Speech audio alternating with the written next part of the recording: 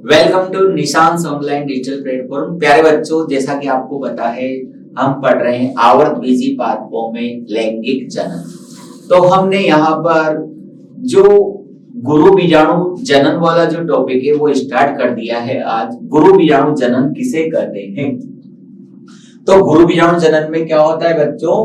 गुरु बीजाणु जनन में एक गुरु बीजाणु मात्र कोशिका जो होती है वो यहाँ पर अर्धसूत्री विभाजन के द्वारा 4 नई पुत्री कोशिकाओं का निर्माण करती है। उस प्रक्रिया को गुरु बीजाणु जनन कहते हैं। आप यहाँ पर वीडियो की सहायता से भी समझ सकते हैं किस तरह कोशिका विभाजन करती है। एक कोशिका से 2 कोशिकाएं और 2 कोशिका से 4 कोशिकाएं यहाँ पर बनती है। तो गुरु बीजाणु जनन में आपको 2 चीजें यहाँ पर ध्यान रखनी है। गुरु बीजाणु जनन कौन करती है? गुरु बीजाणु जनन जो है गुरु बीजाणु मात्र कोशिका करती है। गुरु बीजाणु जनन आप सेपरेट यहाँ पर क्लास के रूप में भी इसको पढ़ सकते हैं, क्योंकि ये बहुत इंपॉर्टेंट टॉपिक है। आपसे पूछा जाएगा कि पुष्पी पादपों में गुरु बीजाणु जनन की प्रक्रिया को समझाइए। तो जिन बच्चों ने आज से अभी से स्टार्ट किया है पढ़ना, वो भी इस टॉपिक को आसानी से समझ सकते हैं। गुरु बीजाणु जनन आते आपको क्या बताना है बच्चों? गुरु बीजाणु जनन आपको बताना है कि किस तरह एक गुरु बीजाणु मात्र कोशिका कौन सा विभाजन करेगी? अर्धसूत्री विभाजन। अर्धसूत्री विभाजन करके वो क्या बना रही है? वो यहाँ पर गुरु बीजाणु का निर्माण कर रही है। तो गुरु बीजाणु के बनने की प्रक्रिया को ही हम क्या कह सकते हैं? हम उसे गुरु बीजाणु जनन कह सकते हैं। परिभाषा याद हो जाएगी बच्चों। एक बार मेरे साथ इस परिभाषा को आप कैसे याद रख सकते हैं? देखिए, गुरु बीजाणु जनन आपसे पूछा जा रहा है तो आपको स्टार्टिंग कहां से करनी है? गुरु बीजाणु मात्र कोशिका में अर्धसूत्री विभाजन होता है और गुरु बीजाणु बनते हैं। इस प्रक्रिया को हम गुरु बीजाणु जनन कहते हैं। अब आपसे इसका यदि स्थान पूछ लिया जाए कि गुरु बीजाणु जनन की प्रक्रिया कहाँ संपन्न होती है, तो पादपों में उसका स्थान आप कहाँ बताओगे? गुरु बीजाणु धानी में। गुरु बीजाणु धानी में कौन सी क्रिया कंप्लीट होती है?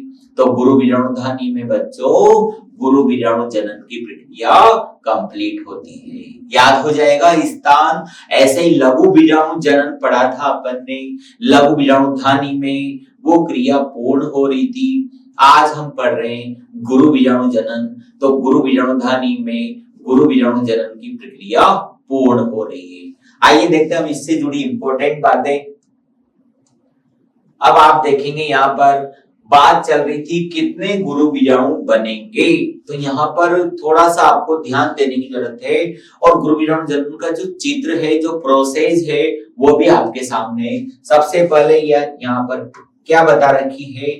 एक गुरु बीजाणु जो है वो एक गुरु बीजाणु जनन कोशिका यहाँ पर बताई गई है जो आगे विभाजन करने वाली है। गुरु बीजाणु मात्र कोशिका हम इसको कहते हैं। क्या है बीच में? गुरु बीजाणु मात्र कोशिका। गुरु बीजाणु मात्र कोशिका कहाँ होती है? गुरु बीजाणु धानी में।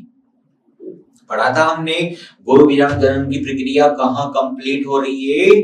गुरु बीजाणु धानी में। और गुरु बीजाणु धानी का एक नया नाम क्या बताया था? बीजांड। गुरु बीजाणु धानी का नाम है बीजांड। और बीजांड का एक भाग पढ़ा था अपन ने, बीजांड काय। पढ़ा था बीजांड काय, जहां से बीजांड को क्या मिलता है? जहां से बीजांड को पोषण मिलता है।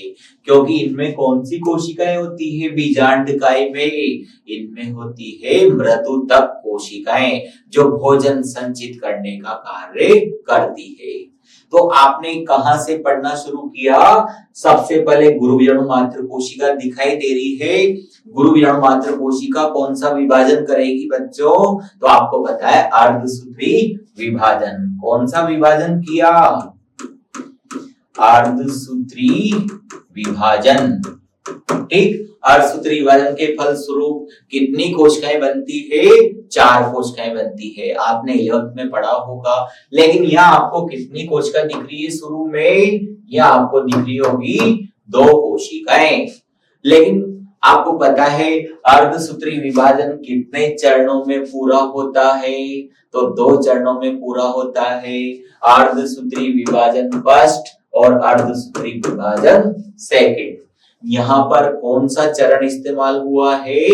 अर्धसूत्री विभाजन फर्स्ट। तो फर्स्ट में कितनी कोशिकाएं बनेगी बच्चों? फर्स्ट में 2 कोशिकाएं बनेगी। बन गई 2 कोशिकाएं, दिख रही है आपको बनती हुई। अभी कौन सा चरण बाकी है? अभी द्वितीय चरण बाकी है। तो अब कौन सा विभाजन होगा? अर्धसूत्री विभाजन सेकंड। और अर्धसूत्री विभाजन सेकंड होते ही अर्धसूत्री विभाजन की जो पूरी प्रक्रिया है वो कंप्लीट हो जाएगी। तो पहले चरण में कितनी कोशिकाएं बन गई? 2। ठीक, अब कौन सा चरण आएगा? द्वितीय चरण। द्वितीय चरण में बताओ कुल कितनी कोशिकाएं बनेगी बच्चों? तो कुल 4 कोशिकाएं बनेगी। राइट, 4 कोशिकाएं आप आसानी से देख सकते हैं यहाँ पर। इन चारों कोशिकाओं को हम क्या नाम देंगे? इन चारों कोशिकाओं को अब नाम दे दो आप गुरु बीजाणु। तो एक गुरु बीजाणु मात्र कोशिका ने अर्धसूत्री विभाजन द्वारा 4 गुरु बीजाणुओं का निर्माण कर लिया। इन चारों गुरु बीजाणुओं को हम एक समूह के रूप में देखते हैं, तो हम इसको बोल देते हैं चतुष्ट। चतुष्क भी कह सकते हैं। चतुष्क मतलब क्या होता है? 4 का समूह। तो 4 के समूह को टेट्राड या चतुष्क कहते हैं। 4 गुरु बीजाणु आपको एक साथ यहाँ पर बनते हुए दिख रहे हैं, इसलिए हमने इसको चतुष्क नाम दे दिया। तो गुरु बीजाणु यहाँ पर बन गए 4। लेकिन एक इंपॉर्टेंट बात आपको ध्यान रखनी है बच्चों, यहाँ पर वो दिख नहीं रही है चित्र में, लेकिन आपको क्या ध्यान रखना है बच्चों? आपको ये ध्यान रखना है कि जो 4 गुरु बीजाणु बने हैं, उन 4 गुरु बीजाणुओं में से 3 गुरु बीजाणु शीघ्र ही नष्ट हो जाएंगे। कितने गुरु बीजाणु नष्ट हो गए? 3 गुरु बीजाणु नष्ट हो गए। कितने बचे? 1 गुरु बीजाणु बचा। तो आइए हम इसको आगे देखते हैं। चित्र समझ में आ गया, उम्मीद है आपने चित्र को बहुत अच्छे ढंग से समझ लिया होगा। सबसे पहले एक गुरु बीजाणु मात्र कोशिका अर्धसूत्री विभाजन स्टार्ट कर रही है। 2 चरणों में अर्धसूत्री विभाजन कंप्लीट होता है। प्रथम चरण में 2 कोशिकाएं, फिर द्वितीय चरण में 2 कोशिकाओं से कुल 4 कोशिकाएं बनती है। चारों कोशिकाओं को ही हम लघु बीजाणु, यहाँ पर लघु की जगह गुरु बीजाणु इस्तेमाल करना है। शब्द क्या कहेंगे? गुरु बीजाणु। और ये गुरु बीजाणु यहाँ पर 4 के सेट में, 4 के समूह में है, इसलिए हम इसको चतुष्क भी कह सकते हैं। कितने गुरु बीजाणु नष्ट हो जाएंगे? 3 गुरु बीजाणु नष्ट हो जाएंगे। कितने गुरु बीजाणु बचेंगे? 1 गुरु बीजाणु बचेगा। तो यहाँ पर ये प्रोसेस हम आगे इस्तेमाल करेंगे। आइए देखते हैं आगे। अब ये यहाँ पर आपको बताया गया है गुरु बीजाणु मात्र कोशिका कैसी थी? बड़ी, सघन जीव द्रव्य युक्त होती है। सघन मतलब ज्यादा जीव द्रव्य की मात्रा उसमें पाई जाती है। क्यों पाई जाती है? ताकि वो विभाजन कर सके।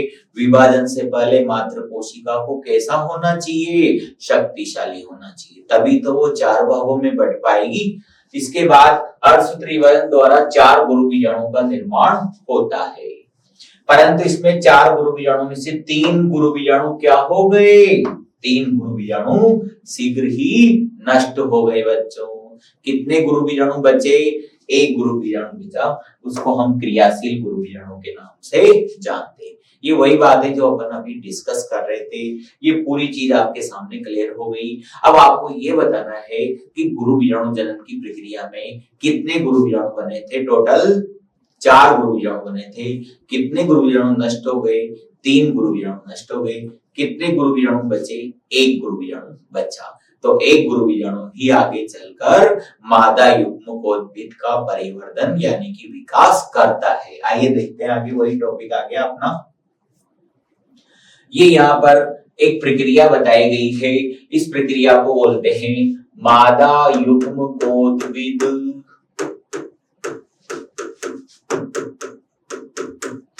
मादा युग्मकोद्भिद का परिवर्धन। किसका परिवर्धन हो रहा है? मादा युग्म युग्मकोद्भिद का परिवर्धन किससे परिवर्धन हो रहा है? गुरु बीजाणु से। क्या है ये? गुरु बीजाणु। गुरु बीजाणु कितने बने थे? 3 नष्ट हो गए थे, एक गुरु बीजाणु बचा था। तो आज वही गुरु बीजाणु किसका विकास कर रहा है? मादा युग्मकोद्भिद का विकास कर रहा है। तो देखिए बच्चों, ये इंपॉर्टेंट क्वेश्चन यहाँ पर फिर से चालू हो गया। इससे पहले हम पढ़ चुके हैं गुरु बीजाणु जनन, और आज का जो अपना टॉपिक आया है नया, वो है मादा युग्मकोद्भिद का परिवर्तन। तो ये यहाँ पर ये जो संरचना दिख रही है, इसको बोलते हैं मादा युग्मकोद्भिद। क्या है इस संरचना का नाम? मादा युग्मकोद्भिद। तो आपको एक जटिल संरचना दिख रही होगी। अब ये यहाँ पर आपने स्टार्टिंग कैसे की? तो सबसे पहले एक गुरु बीजाणु बचा हुआ था, उसने अपना विकास करना शुरू कर दिया। गुरु बीजाणु में कितने केंद्रक थे? एक केंद्रक। अब उस केंद्रक ने यहाँ पर क्या किया? विभाजन करना शुरू कर दिया। कितने केंद्रक बन गए बच्चों? 2 केंद्रक यहाँ पर बन चुके हैं। अब इन दोनों केंद्रकों ने यहाँ पर क्या किया? ये दोनों केंद्रक अपने अपने ध्रुव यानी कि विपरीत ध्रुवों की तरफ आकर्षित हो गए। तो एक केंद्रक तो ऊपरी ध्रुव पर चला गया और एक केंद्रक निचले ध्रुव पर चला गया। बताइए, दोनों केंद्रक अलग अलग ध्रुव पर जाते हुए दिख रहे हैं या नहीं दिख रहे हैं? तो ये पहली स्टेप हो गई, पहला चरण। अब इन्होंने यहाँ पर क्या किया? यहाँ पर वापस समसूत्री विभाजन करना शुरू कर दिया। एक केंद्रक से कितने केंद्रक बनेंगे? एक केंद्रक से 2 केंद्रक बनेंगे। ये 2 केंद्रक हो गए। अब यहाँ पर फिर से क्या हो रहा है? फिर से यहाँ पर समसूत्री विभाजन हो रहा है। ये ध्यान रखना है आपको। अर्धसूत्री विभाजन कब बताना था? जब हम गुरु बीजाणु पढ़ रहे थे। अभी यहाँ पर अर्धसूत्री विभाजन नहीं हो रहा है। बार बार कौन सा विभाजन हो रहा है बच्चों? समसूत्री विभाजन। तो पहला समसूत्री विभाजन हुआ, कितने केंद्रक बन गए? 2। फिर दूसरा विभाजन हुआ, प्रत्येक केंद्रक ने कितने केंद्रक बनाए? 2 केंद्रक। विपरीत ध्रुवों पर चल रही है प्रक्रिया। अब यहाँ पर आप बताइए कितने कितने केंद्रक बन चुके हैं प्रत्येक ध्रुव पर? तो प्रत्येक ध्रुव पर आप देखेंगे 2 केंद्रक बन चुके हैं। बन चुके। अब बताइए 2 केंद्रक यहाँ पर विभाजन करेंगे तो कुल कितने केंद्रक बनेंगे? कैसे याद रखें हम इसको? एक केंद्रक के विभाजन से कितने केंद्रक बनते हैं? तो एक केंद्रक के विभाजन से 2 केंद्रक बनते हैं। हमारे पास कितने कितने केंद्रक आ चुके हैं? 2 केंद्रक आ चुके हैं प्रत्येक ध्रुव पर। तो बताइए 2 केंद्रक विभाजन करेंगे तो कितने केंद्रक बनेंगे? 4 केंद्रक बनेंगे। प्रत्येक ध्रुव पर कितने केंद्रक हो गए? 4 केंद्रक। लेकिन आप देखेंगे एक केंद्रक थोड़ा सा यहाँ पर आपको डिस्टर्ब लग रहा होगा प्रत्येक ध्रुव पर। तो प्रत्येक ध्रुव से एक एक केंद्रक निकलकर कहाँ आ गया बच्चों? वो आ गया केंद्र में। ये देखिए आप यहाँ पर, ये इसका केंद्र है, सेंटर। तो बताइए ये केंद्र में जो आपने देखा यहाँ पर केंद्रक निकल कर आए हैं, ये कहां से आए? तो ये ध्रुवों से निकल कर आए, इसलिए हमने इनका नाम क्या डाल दिया? ध्रुवीय केंद्रक। ध्रुवीय केंद्रक क्यों पड़ा इनका नाम? क्योंकि ये कहां से निकल कर आए हैं? ध्रुवों से निकल कर आए हैं। और कहां आ गए? मध्य में, यानी कि केंद्र में आ गए। तो बताइए इन केंद्रकों को हम क्या कहेंगे? ध्रुवीय केंद्रक। आया समझ में? अब आपको ये ध्यान रखना है कि अब यहाँ पर जो केंद्रक बचे हैं और जो जहां पर चले गए हैं, वो केंद्रक यहाँ पर अपने चारों तरफ कोशिका द्रव्य को इकट्ठा करना शुरू कर रहे हैं। कोशिका द्रव्य को इकट्ठा करने के बाद आप सोचिए किसका निर्माण होगा? जैसे एक केंद्रक से 2 केंद्रक बन गए। अब ये अपने चारों तरफ क्या इकट्ठा कर रहे हैं? कोशिका द्रव्य। तो किसका निर्माण हो जाएगा बच्चों? तो निर्माण हो जाएगा कोशिका का। तो कोशिका ऐसे ही तो बनती है, पहले केंद्रक का विभाजन होता है और उसके बाद कोशिका द्रव्य का विभाजन होता है, और कोशिका द्रव्य का विभाजन होते ही दो नई कोशिकाएं यहाँ पर तैयार हो जाती है। पढ़ा था हमने।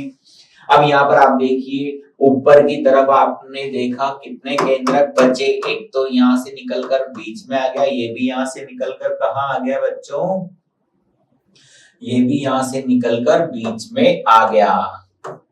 ठीक, तो बीच में कितने केंद्रक हो गए, दो केंद्रक। अब बताइए ध्रुवों पर कितने केंद्रक रह गए, तो ध्रुवों पर तीन तीन केंद्रक रह गए। तो तीन तीन केंद्रक दिख रहे होंगे आपको, एक दो तीन केंद्रक दिख गए। अब तीनों केंद्रक अपने चारों तरफ क्या कर रहे हैं, अपने चारों तरफ कोशिका द्रव्य को एकत्रित कर रहे हैं। तो केंद्रकों ने अपने चारों तरफ क्या इकट्ठा कर लिया, कोशिका द्रव्य। तो बताइए तीन कोशिकाएं बनेगी या नहीं बनेगी, तीन कोशिकाएं बन गई। अब यहाँ पर क्या हुआ, बीच में कितनी कोशिकाएं बननी चाहिए थी, दो कोशिकाएं। लेकिन यहाँ पर क्या हुआ, दोनों केंद्रक के बीच की दूरी काफी कम थी और बीच की कोशिका भित्ति क्या हुआ, बीच की कोशिका भित्ति टूट गई और दोनों के दोनों केंद्रक कहाँ आ गए, एक ही कोशिका के अंदर आ गए। तो बीच में कितनी कोशिका होगी, बीच में एक कोशिका। लेकिन उस कोशिका में केंद्रक कितने होंगे, उस कोशिका में केंद्रक दो होंगे। राइट, इसको हम केंद्रीय कोशिका भी कह सकते हैं। अच्छा, अब आपको बताना है कि निचले वाला जो ध्रुव था, नीचे वाला जो ध्रुव है, उसमें कितने केंद्रक थे, उसमें तीन केंद्रक थे। अब तीनों केंद्रक क्या करेंगे, तीनों केंद्रक अपने चारों तरफ कोशिका द्रव्य इकट्ठा करेंगे और कितनी कोशिकाएं बना लेंगे, तीन कोशिकाएं बना लेंगे। देखिए यहाँ पर तीन कोशिकाएं बन चुकी है। ठीक, तो तीन कोशिकाएं ऊपर और तीन कोशिकाएं नीचे, एक एक केंद्रक निकलकर कहाँ आ गया, मध्य में। तो एक कोशिका कहाँ गई, बीच में बन गई, जिसमें कितने केंद्रक होंगे, दो केंद्रक। तो इस तरह हमने मादा युग्मकोद्भिद का परिवर्तन चित्र की सहायता से बहुत अच्छे ढंग से समझ लिया। बोर्ड में ये आ चुका है, बहुत इंपॉर्टेंट क्वेश्चन है, मादा युग्मकोद्भिद के परिवर्तन की प्रक्रिया को समझाइए। तो बच्चों आपको स्टार्ट कहां से करना था, गुरु बीजाणु से, और क्या बनाना था लास्ट में, मादा युग्मकोद्भिद। तो मादा युग्मकोद्भिद का हमने यहाँ पर परिवर्तन समझ लिया। एक अकेली कोशिका थी गुरु बीजाणु और उसने कितनी कोशिकाएं बनाई, क्या आप मेरे साथ काउंटिंग कर सकते हैं कोशिकाओं को, बताइए मादा युग्मकोद्भिद के अंदर कितनी कोशिकाएं है, प्रेजेंट टाइम पे दिख रहा है आपको। तो तीन कोशिकाएं आपको ऊपर दिख रही होगी, तीन कोशिकाएं नीचे दिख रही होगी। तो तीन और तीन 6 हो गई और एक कोशिका मध्य में दिख रही होगी। कितनी कोशिकाएं हो गई टोटल, 7 कोशिकाएं यहाँ पर हो चुकी है। अब मैं आपसे केंद्रक की संख्या पूछूं तो आपको केंद्रक की संख्या कितनी बतानी है, 3 कोशिकाओं के साथ 3 केंद्रक ऊपर हैं, 3 कोशिकाओं के साथ 3 केंद्रक नीचे है और एक कोशिका के साथ 2 केंद्रक बीच में। तो 3 ऊपर 3 नीचे और 2 केंद्रक बीच में। कितने हो गए, 8 केंद्रक, 6 और 2 8 केंद्रक। तो 7 कोशिकाएं और 8 केंद्रक से मिलकर बनी संरचना को हम मादा युग्मकोद्भिद कहते हैं। हो गया क्लियर, वेरी गुड। इसके बाद देखते हैं अपन, अब इन कोशिकाओं का नामकरण कर देते हैं। क्या क्या नाम देंगे हम इनको, देखिए सबसे पहले भ्रूण कोश ही मादा युग्मकोद्भिद का प्रतिनिधित्व करता है, यानी कि हमारा टारगेट था नर युग्मकोद्भिद के रूप में तो परागकण का विकास करना, और मादा युग्मकोद्भिद के रूप में आज हम जो भ्रूण कोश पढ़ रहे हैं, तो भ्रूण कोश ही यहाँ पर मादा युग्मकोद्भिद का प्रतिनिधित्व करता है, मतलब दर्शाता है। भ्रूण कोश क्या दर्शा रहा है बच्चों, भ्रूण कोश ही मादा युग्मकोद्भिद को दर्शा रहा है। भ्रूण कोश अभी अपन पढ़ के निपटे हैं, 7 कोशिकाओं और 8 केंद्रकों से मिलकर बनी संरचना को भ्रूण कोश या मादा युग्मकोद्भिद कहते हैं। आ रहा है समझ में। आइए हम उन कोशिकाओं का नाम डालने की कोशिश करते हैं। 3 ऊपर कोशिकाएं बनी थी, 3 नीचे बनी थी और एक कोशिका मध्य में बनी थी। तो तीन ऊपर वाली कोशिकाओं को हमने एक साथ नाम डाल दिया। उन कोशिकाओं का नाम है एंटीपोडल कोशिकाएं। इसमें सबसे पहले यहाँ पर बीजांड द्वार की तरफ की कोशिकाएं बताई गई है। पहले इन वाली कोशिकाओं को डिस्कस कर लेते हैं। सबसे पहले वाली कोशिका आपके सामने बताई गई है। देखिए कौन सी कोशिका है ये। तीन कोशिकाओं का समूह दिख रहा होगा आपको। तीन कोशिकाओं का समूह दिख रहा है बच्चों। तीन कोशिकाओं के समूह को क्या कहेंगे? अंडउपकरण। देखिए मादा युग्मकोद्भिद में बीजांड द्वार की और नीचे की तरफ यहाँ पर हमने बीजांड द्वार मान लिया है। बीजांड द्वार की तरफ तीन कोशिकाओं का समूह आपको दिखाई दे रहा होगा। इन तीन कोशिकाओं के समूह को हम क्या नाम देंगे? अंडउपकरण। आइए अंडउपकरण में अब देखते हैं कि कितनी कोशिकाएं बताई थी हमने। तीन कोशिकाएं बताई थी। तो तीन कोशिका में पहली कोशिका का नाम आप बता सकते हैं अंड कोशिका, और दो जो कोशिकाएं आपको साइड में दिख रही है इनको हम सहायक कोशिकाएं कहते हैं। तो टोटल कितनी कोशिकाएं हुई बच्चों? तो यहाँ पर तीन कोशिकाएं होगी। तीनों कोशिकाएं कहाँ है? बीजांड द्वार की ओर। ये आपको ध्यान रखना होगा क्योंकि तभी हम उनका नामकरण कर पाएंगे। क्योंकि तीन कोशिकाएं तो ऊपर भी है, जैसा कि अपन ने अभी शुरुआत में यही वाली कोशिकाएं ली थी, लेकिन फिर बताया था पहले ये वाली कोशिकाएं डिस्कस कर रहे हैं। तो बीजांड द्वार की तरफ तीन कोशिकाओं का समूह पाया जा रहा है, उसे हम अंडउपकरण के नाम से जानते हैं। ये पूरा अगर पूछा जाए तीन कोशिकाओं का समूह तो क्या कहलाएगा बच्चों? ये कहलाएगा अंडउपकरण। ठीक। अब अंडउपकरण में आपसे पूछा जाए तीन कोशिकाएं तो है, लेकिन पहली कोशिका का नाम क्या है? तो पहली कोशिका का नाम आपको बताना है अंड कोशिका। दूसरी कोशिका का नाम आपको क्या बताना है? दूसरी कोशिकाएं दो कोशिकाएं, उनका नाम बताना है आपको सहायक कोशिकाएं। तो ये यहाँ पर अपन ने पूरा इस टॉपिक को पढ़ लिया है कि बीजांड द्वार की तरफ तीन कोशिकाएं हैं, तो उनके समूह को और तीन कोशिकाओं के जो नाम है उनको क्या क्या नाम देंगे हम। राइट बच्चों। अब ऊपर वाली कोशिका को आपको वापस आगे बताया गया है। ये आ गई वो कोशिकाएं जो आपको बतानी है कि इसमें निभाग की ओर तीन अगुणित कोशिकाएं पाई जाती है। ये वाली हम डिस्कस कर चुके हैं क्योंकि ये कहाँ थी? ये कोशिकाएं थी बीजांड द्वार की ओर। और हम जो ऊपर की तरफ तीन कोशिकाएं आपको दिखाई दे रही है, उन ऊपर की तरफ की तीन अगुणित कोशिकाओं को प्रतिव्यासांत या एंटीपोडल कोशिका के नाम से जानते हैं। कौन सी कोशिकाएं बच्चों? प्रतिव्यासांत एंटीपोडल कोशिकाएं। तो प्रतिव्यासांत या एंटीपोडल कोशिकाएं कहाँ होती है? निभाग की ओर। यानी कि बीजांड द्वार तो नीचे की तरफ था और बीजांड द्वार के ठीक विपरीत वाले भाग को यानी कि ऊपर वाले भाग को हम यहाँ पर क्या कह सकते हैं? हम यहाँ पर उसको निभाग कह सकते हैं। तो निभाग की तरफ जो तीन कोशिकाओं का समूह आपको दिख रहा है, इन तीन कोशिकाओं के समूह को आप क्या कहोगे? प्रतिव्यासांत या एंटीपोडल कोशिकाएं। ये तीनों के तीनों क्या होती है? अगुणित कोशिकाएं होती है। ठीक। अब यहाँ पर बात कर रहे हैं अपन, बीच में भी आपको यहाँ पर कोशिकाएं दिख रही होगी, तो बीच में आपको कितनी कोशिका बतानी है? Only one. भ्रूण कोश की संरचना पढ़ रहे हैं अपन। भ्रूण कोश की संरचना में कोशिकाओं का नामकरण किया जा रहा है बच्चों। बीजांड द्वार की तरफ जो तीन कोशिकाएं थी उनको हमने क्या बोला? अंडउपकरण। अब बीजांड द्वार के ठीक विपरीत वाले भाग को हम क्या बोल रहे हैं? निभाग। तो निभाग की तरफ तीन कोशिकाओं का समूह था, उन तीन कोशिकाओं के समूह को हम प्रतिव्यासांत या फिर एंटीपोडल कोशिका कहते हैं। मध्य में कितनी कोशिका बतानी है? मध्य में आपको एक कोशिका बतानी है, लेकिन उस कोशिका को हम क्या कहेंगे? केंद्रीय कोशिका। और उसमें केंद्रकों की संख्या कितनी बतानी है? केंद्रकों की संख्या 2 बतानी है। राइट बच्चों। इस तरह हमने पूरी जो भ्रूण कोश के अंदर 7 तो कोशिकाएं थी और केंद्र कितने थे? 8। उन सबको हमने एक नाम के रूप में उनका नामकरण कर दिया है। आइए देखते हैं इसके बाद।